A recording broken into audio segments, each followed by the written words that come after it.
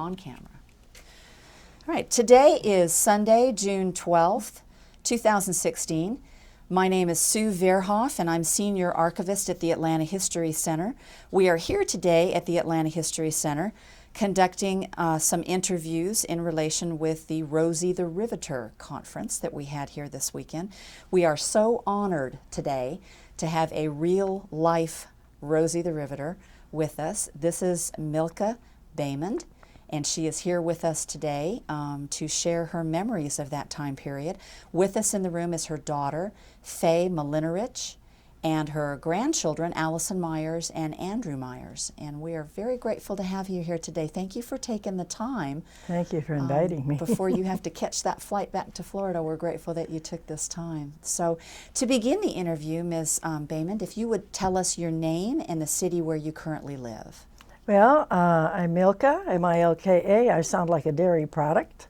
Milka Bamond, living in St. Petersburg, Florida since 1949. When I was a 25-year-old, I never dreamed I'd become an old person in St. Petersburg because that's all I saw when I arrived with my parents. Nevertheless, my life started all over again when we came to Florida. Well, tell us a little bit about your growing up years, where you grew up and your family and anything you want to share. Well, my family is really tiny. I was born in Fairmont, West Virginia, a child of an illiterate coal miner who lost his life when I was 6 months old, so I never got to know my father.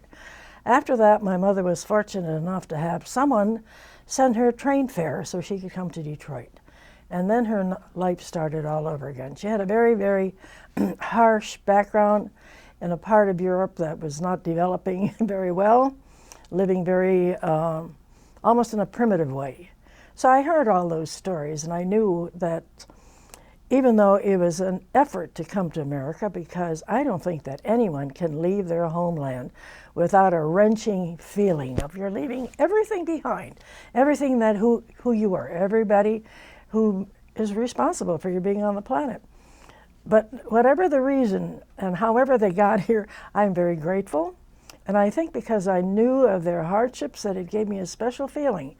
And especially when the war was going on and so many of our young men were drafted.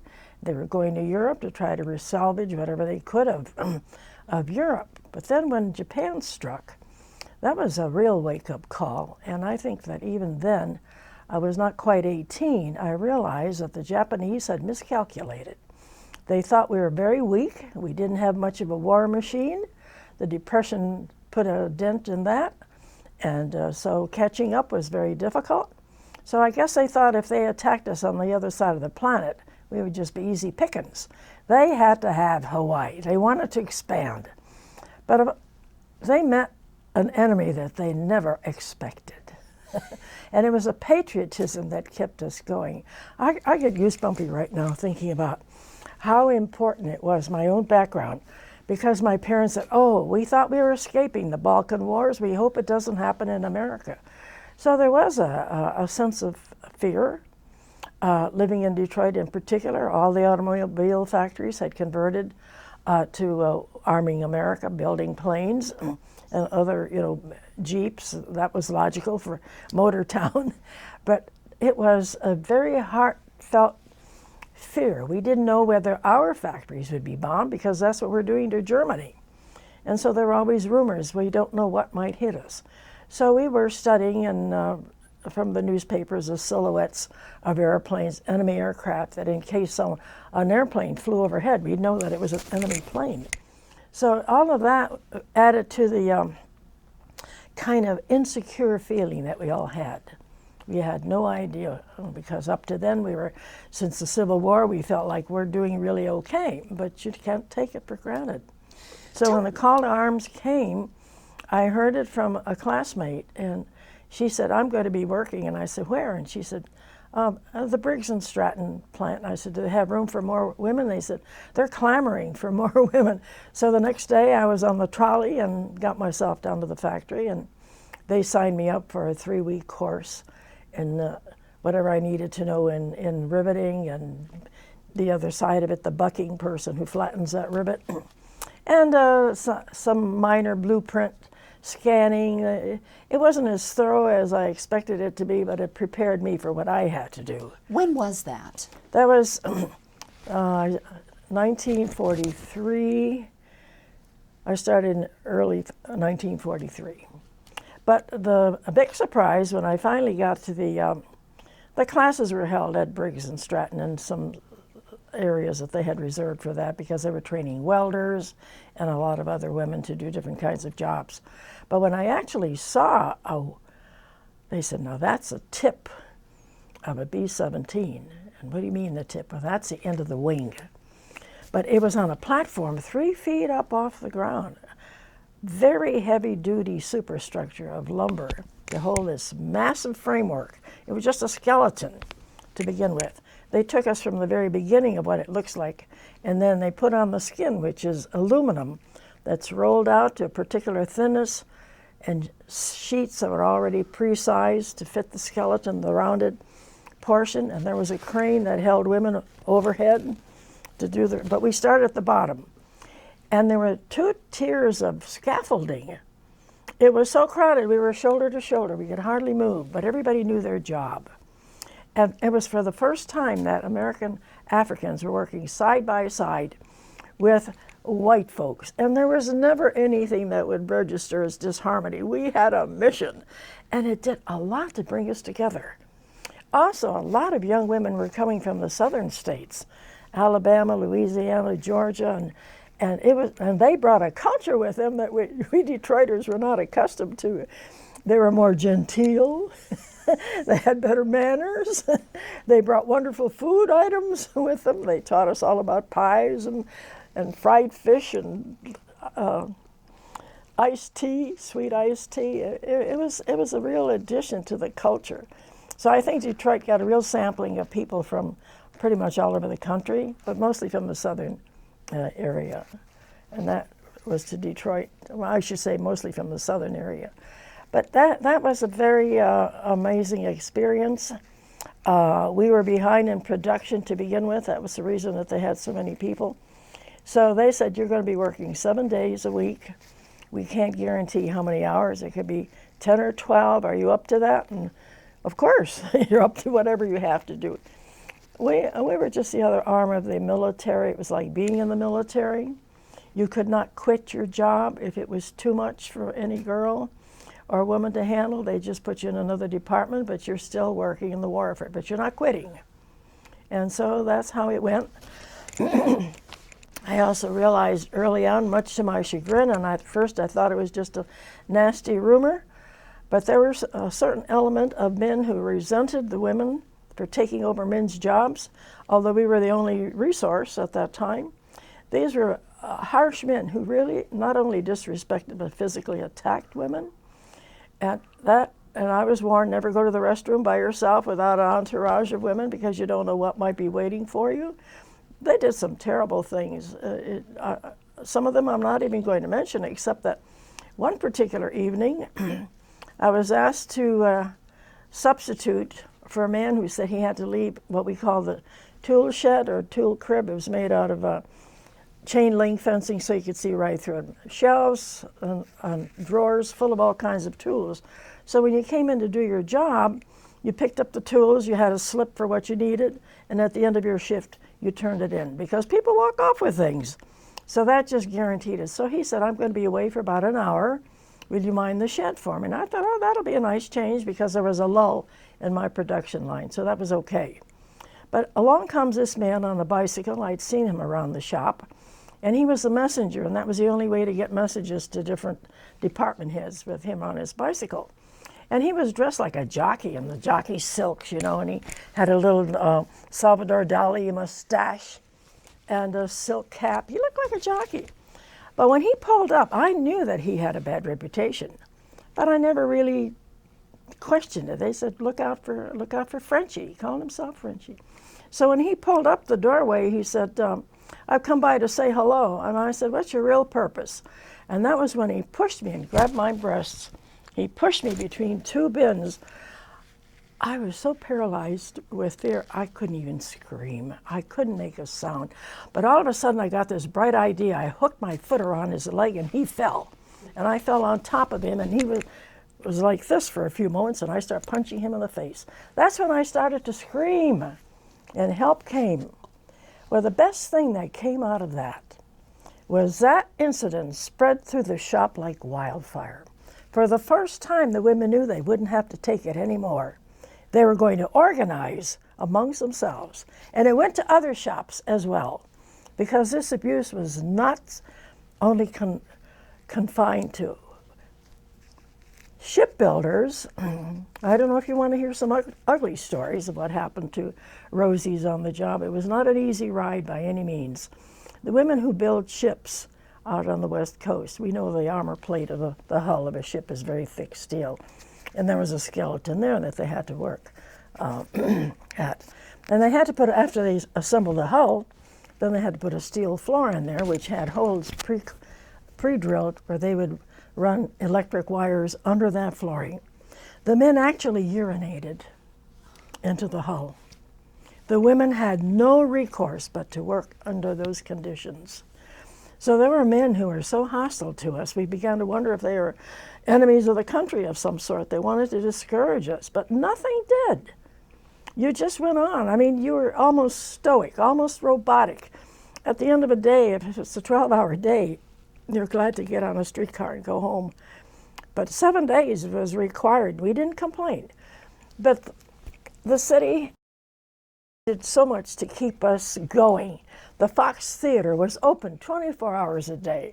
If you finished your shift at 2 a.m. in the morning, you brought fresh clothes and fresh makeup, and you put on your clothes, and you went downtown, and you went to the movies, you could go to the nightclubs.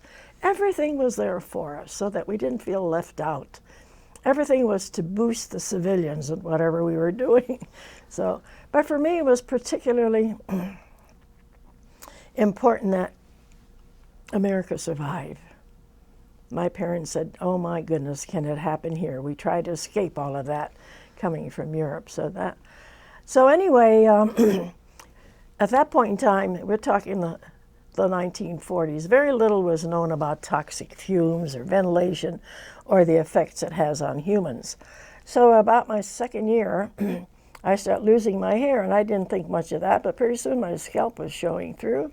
And then to disguise it, I wore my hair up to hide that, and my hair was long anyway, so I was camouflaging that. But when it got to be pretty bad, you know, I was talking to other young women, and they also were losing their hair. Some of them had twitches in their faces. We were having neurological problems, breathing problems. But my department was maybe like this far to where the light is back there. And they were making parts for the Sikorsky Navy fighter plane, no jets in those days. But to lighten the load, the plane had very, very heavy armament on the fuselage to protect the pilot. But they were trying to lighten it a little bit by making the ailerons and the flaps out of fabric over a very light aluminum frame. So that was stretched over and fitted onto the framework. And then they spray paint it and put it in an area where the lights would dry it quickly, and then spray paint more. So those spray guns, you know, the hair is settling on your hair, on your arms, on your clothes. Nobody thought that that was a problem. And yet there was a fan too, which just blew it around. So anyway, I had taken a day off from work, and you report to the shop nurse if you're going to take any time off and when you're coming back. So when she talked to me, she said, you're a candidate. She said, we've been sending a lot of you young ladies who are reporting illnesses to the YWCA camp. It's on the shore of Lake Erie. And I said, yeah, I spent some time there as a preteen. She said, the YWCA is rescuing you. The YWCA is making it their job throughout America to rescue young women who need to be rescued by sending them to camps all across America. So the YWCA really rescued me. And so I was okay and went back to work. And then it started up again. I became ill again. So she said, maybe you need a little more rest. So it was very nice. A lot of girls who actually depressed, some worried that they never gained their facial expressions back, you know, because they'd be pulled up or the lips would be frozen. Well, we were there recuperating, and I was into my second month. I was doing quite well. We were in the dining room, for dinner, and there was a radio on the ledge, which is just about the size of a Kleenex box. That's too, you would never imagine a radio is only this big. But that went on, and it got our attention because of the announcer said, we have an announcement. And he was like stuttering. He said, the Japanese have just surrendered. When that was heard, we were so stunned. I'm telling you, the whole room full of us fell to our knees. We were just so grateful. So that was the end of my Rosie career, right then and there. But it was a wrenching experience, and yet a sense of hope. But what happened after the war? The war may have ended in 1945, but the residue of the emotional wreckage was still there, and you had to cope with it. Because so many of the young men and women didn't come home, and you know which homes. Because when you had a member of your family in the service, you would get a little flag about 8 by 8 with a silver star on it. If that flag showed up with a gold star on it, you know that their military man, their soldier, was never coming home. He was either lost in action or dead. So you were looking at that all the time. Your schoolmates, you could go into any neighborhood, and that would be the topic of conversation, you know. And they'd be counting homes. They'd be counting homes, how many on a particular block or section. And so it was a black cloud that hung over us for a long time. It really was. The war didn't just end automatically by any means. And then there was an awful lot of controversy about the 2 bombs. How could we do that? We kept saying, sure, they're the enemy. Well, we understood that we were losing thousands of young boys in the Pacific, in the Philippines, and all those islands, that we had to do something. It was a massive, massive thing to cope with. But when they dropped the second bomb, that's when a lot of us said, why did they do it? It was overkill. We were killing civilians who were just simply vaporized, like they'd never been on the planet. It seemed like overkill, but that's war.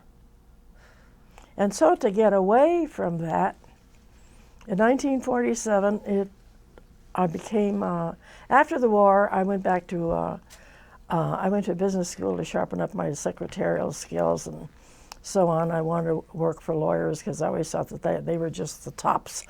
And so I did work for a law firm. But even that got to be old, and I wanted to get away from Detroit. And that's how I wound up in Phoenix, Arizona, with a totally new life. Well, tell us about that. How did you end up in Phoenix? Well, I said to my mother, I have met another girl who is also having a lot of trouble coping. We didn't date. I come from a ethnic background. Girls are sheltered. You never leave home unless you're going to get married. So can you try to imagine my mother's reaction? I'm leaving home. She was humiliated. She said, how can I face the Serbian sisters in church and tell them that you're a bad girl? And my adopted father said to me privately, your mother will keep you till you're 100 years old. Go wherever your heart desires. Live your life. So I took out a map of the U.S. of A. with a knitting needle in my hand, my eyes closed, and I punched a hole, and up came Phoenix. That's how I wound up in Phoenix. So Barbara and I got on a bus, Greyhound bus, and we went to Phoenix. And what work did you do there? Oh, I was just bumming around. Should I tell them? I did something that young women did not do at that point in time. I met 2 girls at the same house where I was renting a room from a wonderful lady and her daughter, and they were Mormon, and they were so good to us. And they had, Mrs. Naylor had 3 sons, and they were in the occupational forces scattered around between Japan and Germany.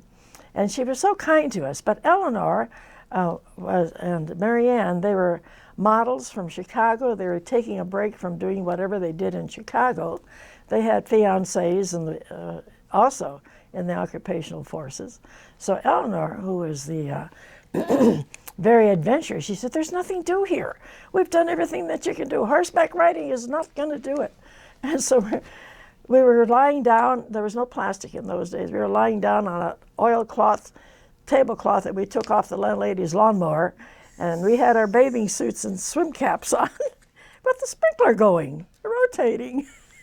And Eleanor says, we must be crazy. We're cooking ourselves to death and there's still nothing to do here. Let's go to California. And I think I sat up and I said, well, I arrived by bus and I don't think you came any differently. She said, we got thumbs, don't we? And I said, not for me. She said, well then, Marianne and I are going. She said, oh, it'll be perfectly safe. She said, my brother told me that the Monterey Peninsula is exactly where we want to be in California. Because he was like 10 or 15 years older than she, and he said, oh, he loved the colony of Swamis that were in Monterey, and he always insisted if I ever go to California, we have to find out about them. Well, the Swamis were long gone by the time we got there, but we hiked from Phoenix, Arizona, hitchhiked to the coast. We went to Tijuana, Mexico, and nearly got arrested. Because Marianne said, what is that strange sight we're looking at? And there was this animal that looked like a donkey, but it had stripes. It looked like a zebra. So it was a strange looking animal, but it was hooked up to a small cart with flowers on it, and for $1, you could take a little ride around the area. And so we were joking, no, we didn't need to do that. So I said, I'll just take pictures. Well, I took pictures, and we were walking away, and all of a sudden we hear this very male voice said, "Senoritas?" And he was so good looking, we didn't care what he had to say. A really gorgeous young Mexican man, and he said, you took a picture without permission, you're going to have to pay. And so that sounded okay. And he said, how much? How many photos did you take? I said, well, I think one was okay and the other one may not. He said, I'll take $1. And he said, while you're at it, why don't you take your caps off, ladies, and let your hair down? Because we had our hair up. We dressed like men. We looked pretty bad.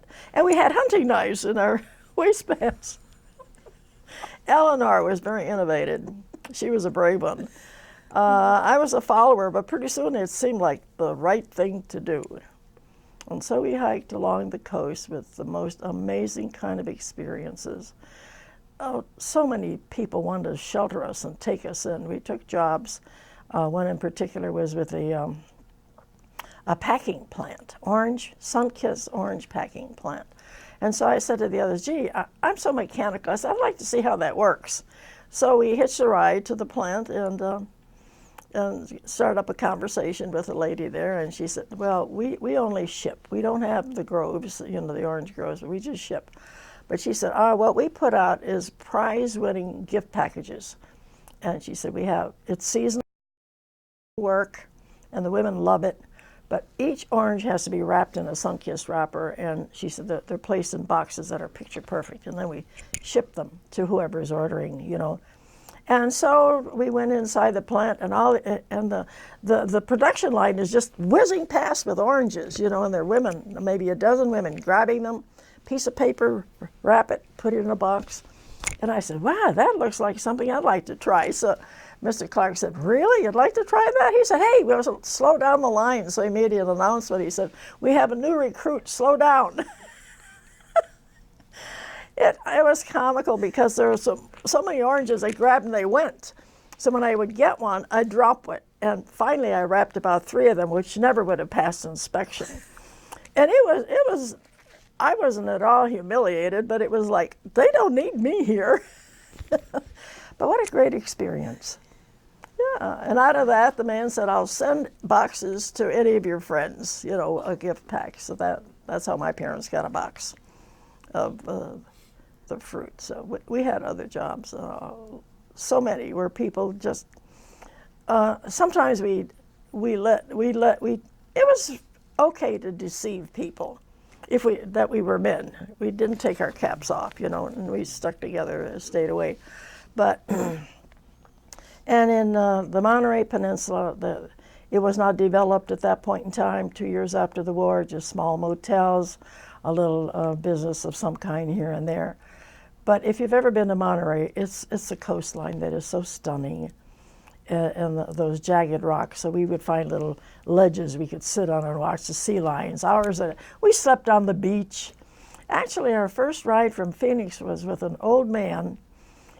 We left at 7 in the morning and we arrived at midnight on Long Beach. And no development at all. A full moon, and if that didn't look spooky. You could see the ocean undulating, it looked silvery, and then there was these big round balls bobbing up and down. And we were asking each other, that couldn't be a sea monster of any kind, could it? And I said, I don't think so. I think it has a stem. It's attached to something. So later on we found out they call it bull kelp. It was a member of the seaweed, just bobbing up and down. But that we slept the night on the beach. There was nobody there. We just lined up our suitcases for a wind barrier. What an adventure. And, what an adventure. And he was so good to us. I mean, the car was barely moving down the road. It took that long. And it had a leaky radiator, and he had a trunk full of water jugs that were glass at that point in time. We'd have to make periodic stops and pour more water in, and it was wonderful. We adopted him, and he adopted us. I have a photo of him and Marianne, but that's the kind of stuff that happened, all along. And in Monterey, we were looking for a place to sleep, and we also took advantage of the YWCAs as we went along, in Santa Barbara and different places wherever we could clean up and be human, be women again, So that they were a huge help.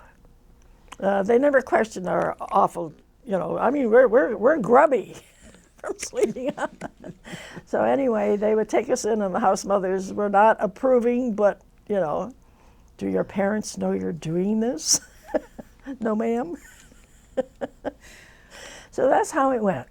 Well, let me take you back just a little bit. Couple of questions. You mentioned how horrified your mother was when you went to California. Oh, it was awful. How did your mother feel about you working in the plant? Well, at first she said, will there be a lot of bad men there? Little did she know.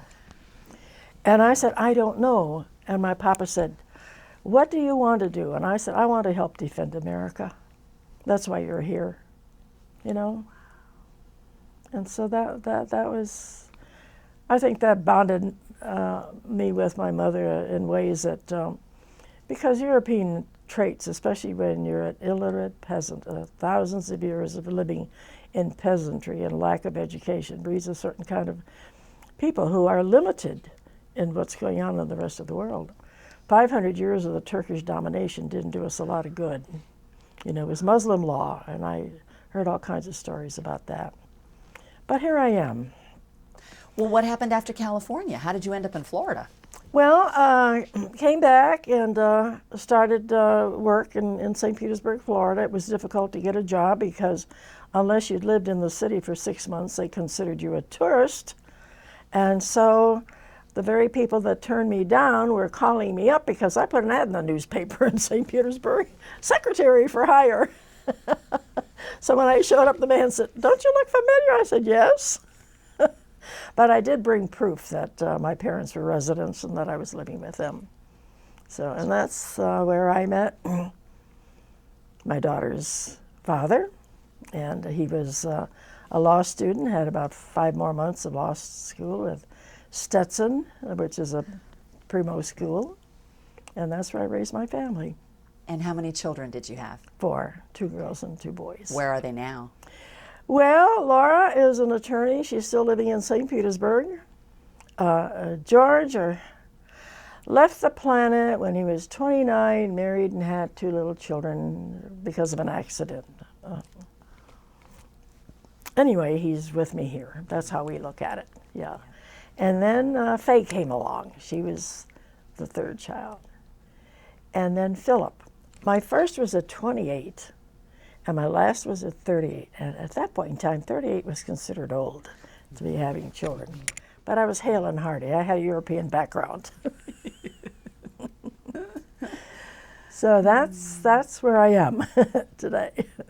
Well, tell us a little bit about, you mentioned the camaraderie that you felt with the other women that you served with. Absolutely. And that you served with many different races and many different backgrounds. Yes. Tell us a little bit about your coworkers. What do you remember best about your coworkers? Well, everybody had their own story. Some were there because one of the coworkers, Peggy, she was 44. I thought she was ancient. 44, I considered her an old person. She was in for the money. She said, I'm a patriot, but I'm here because of the wages. And they were probably the best that the people were making at that point in time. I started out at something like 75 cents an hour. But pretty soon I was promoted to inspector because I was always curious about everything. So I was making $1.50 an hour. So just imagine, overtime and double time. I bought more war bonds. I could almost paper a small room, wallpaper a small room. And I never cashed in the first one until I was 10 years mature. Wow. But yeah, everyone really was very patriotic. They're all young, and there are others who are first generation as I was, and they have the same concerns. What's going to happen to America? How about your supervisors? Were you supervised by men generally or by women? How did supervisors work? Men. Mm-hmm. But once we learned the job, I think we just picked our own leaders, you might say. We could help each other. I was a minor inspector, you might say. But then those who were, and women who had more experience, who could really go over everything with a fine-tooth comb. So the women were running the shop, essentially. But a lot of the union men were there, you know, they were always, you know, well, you have to join the union. I kept saying, no, I don't have to join the union.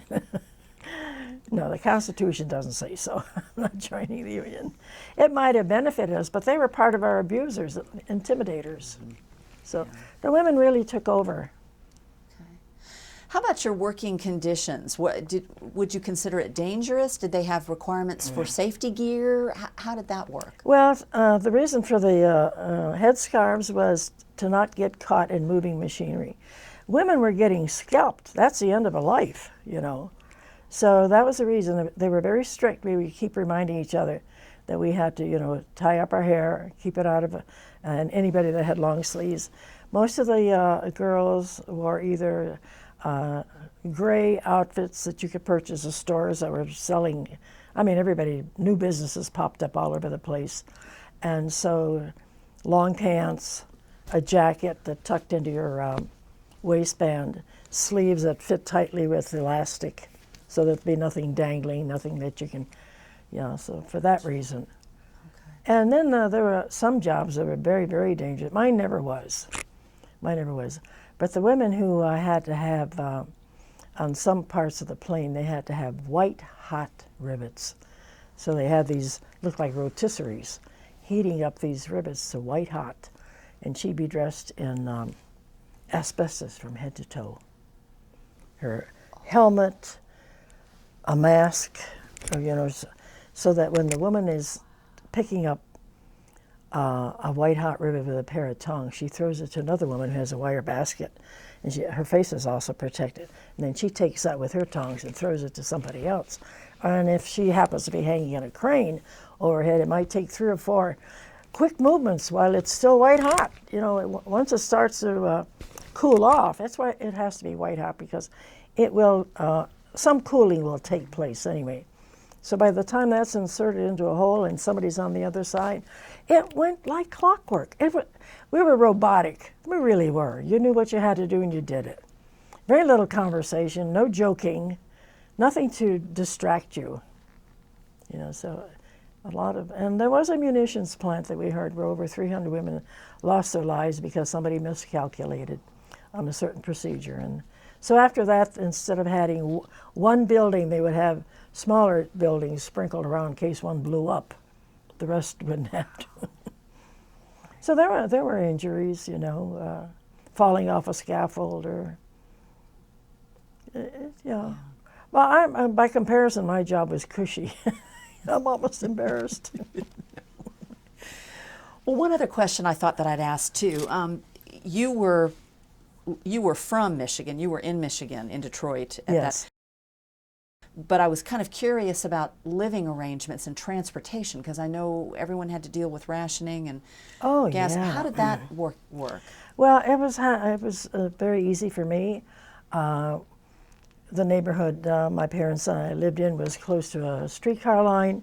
I would have to change to 2 other trolleys to get to where I needed to go. And even civilians were so aware of us. You know, we might be carrying 2 lunch pails sometimes because if you're going to work overtime, we didn't have any of those little frozen cubes at that. There was no frozen food at that point in time. So, but everybody worked together to get you there. But the conditions in the factory, if there was any debris, it was being swept up. The women were doing all of that, maintenance work, anything to keep the environment safe. And those who smoked, they could go out into a area where there would be a roof and camouflage. You couldn't go outside with a lit cigarette, even if you were a civilian. We were afraid of overhead aircraft might find us. A cigarette, a lit cigarette. No driving at night because of headlights. Everybody had window shades that blacked out any light, so your building couldn't be seen from the street. Probably more so in industrial areas like Detroit, you know, where, yeah, practically everybody worked in the automobile industry at that point in time, in some way. So if you had to pick a memory from your time as a Rosie, a singular memory, whether it's a happy one or a sad one, what springs to mind if you had to just pick one? Well, this may sound silly, but there was a girl from West Virginia, and she said, well, I'm from West Virginia and I'm a hillbilly. And I said, well, I was born in West Virginia, so she wanted to know the circuit. Well, she said, you were not a patriot, you didn't stay. I said, well, my roots are in Europe, not West Virginia. But anyway, she said, it's okay with me if you call me a hillbilly. And I said, okay. I said, I'm not quite comfortable with it, but she said, well, try it out. And I said, oh, hi, hillbilly. It sounded okay. I said, what are you going to call me? She said, I'm going to call you a honky. So that's how it went. And Drusetta Duncan is her name, and her husband was in the military.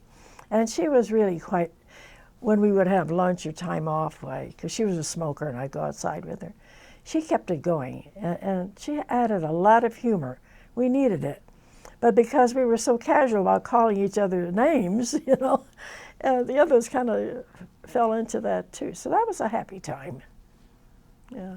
Excellent. Oh, my goodness. Takes me back.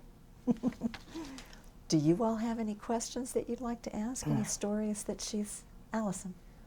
What was it like to make your own money for the first time? I didn't hear that. What was it like to make your own money for the first time? Amazing. But after a short time, embarrassing. I was making more money than my papa. Wow.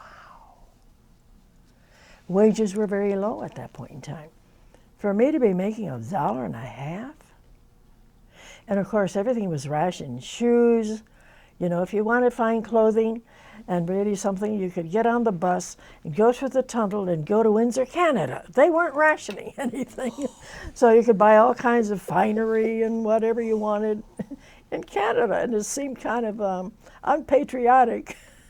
But shoes were no longer being made out of leather. Everything was being saved for the military. So if you go to a shoe store to buy shoes, it's made out of a new product. No plastics existed then. So it'd be compressed cardboard of some kind. The uppers might be made out of a fabric that was flimsy, that was not destined to go into the military for uniforms or anything else. No silk was available because that went into the parachutes. Wool was not available in clothing because all of that went to the troops in Europe where it might be cold. So, but the shoes didn't last very long. The arch would break down. But that was all part of it. You know, it was just, we were living on shoestrings, but everybody swapped. You had to have stamps for certain products. If you wanted coffee or butter or something like that, you could swap with somebody who said, oh, I don't drink coffee. You can have my stamps for that. And give me your butter stamps. And they say, oh, we eat margarine. My mother says, I don't buy that junk. She couldn't understand it because it looked like lard in the margarine was in a plastic bag. That was the first plastic that I saw. It was chalk white, like Crisco, with a little capsule in there you'd break, and then you could knead the package till it took on a yellow color. And my mother said, my family's not going to eat that. Butter or nothing. Well, she was from Europe. She didn't trust that stuff. Did your father know that you were making more money than he did? Yes. How did he feel about that? He thought it was wonderful. He said, Milka, I know you're saving all your money. every penny that I could I had a surplus. Can you imagine 12-hour days, 7 days a week, what I was making at overtime and double time? It was a fortune.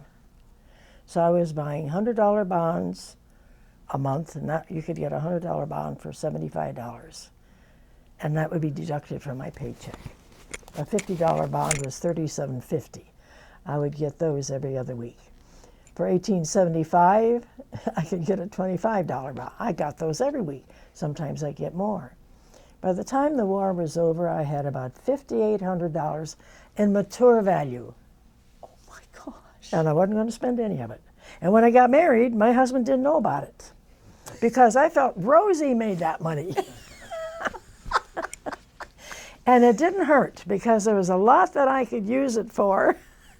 Actually, $850 of it paid for a heating system for the house in Lakewood. My husband said, we can't afford to put a furnace in this house, and the contractor kept saying, you won't be able to heat the house with that little space heater, Bob. He said, this is a big house. And my husband said, nope, I've made up my mind. My mortgage is all set. I'm not going to start with that again. And so the contractor, Peter Contos, I still remember, nice Greek man, he said, can't you persuade Bob to get a heating system? We need to do duct work. We should do that before we close up the ceilings. And I said, no, he's adamant. I said, I'll tell you what, you price a heating system, and I'll see what I can do. So he priced it down to the penny. And he said, you have a choice of two kinds of systems. You can burn number 1 oil, fine oil, or you can burn number 2 oil, which is just as good, but the only problem with number 2 oil, if you don't change the filter in your furnace often enough, your ceiling will be black around the ducts. I said, I'll take number 2 oil. So it cost $832, and I forget how many cents. And I never told my husband. I don't think he even knew it until he moved in the house. It didn't cool the house, just heat, and they did a great job of heating. But that was my big expenditure of Rosie money, the first money I spent. Imagine that. That's remarkable. I love it. And for other needy things. Furniture as we needed. My husband could have lived with orange crates. Well, he took advantage of the GI Bill and became an attorney. And so it was frugal. So every once in a while I'd say, how about I buy a sofa? He said, okay with me. How about I buy this? Okay with me. It worked. It worked. It got us through it. Do you all have other questions that you'd like to ask her? Why do you think that these Rosie conventions are so meaningful to the participants? I think as we get older, it becomes more meaningful because we're looking at the youth of America, and you are the youth of America. And we'd like to preserve it, and we like to think that what we did was important. But we're also fearful that unless we keep some remnant of patriotism going, it might not last.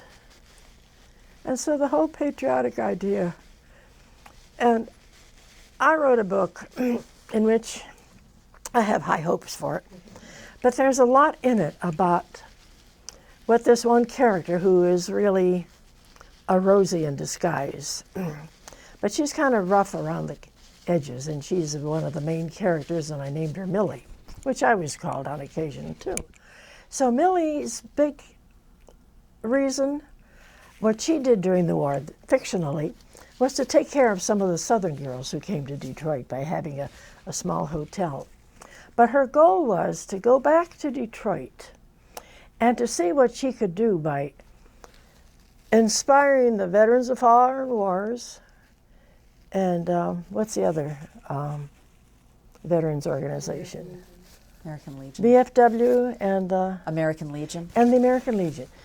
Rosie wants to go back to Detroit to fire them up, to do some of the things that they used to, because they started out in the 1800s, educating youth. They had scholarships of all kinds. They also had camping. They also were keeping the fires of patriotism going. Little did they know that they were going to be looking at World War II. I mean, you know, and so right now the legions are dead or dying.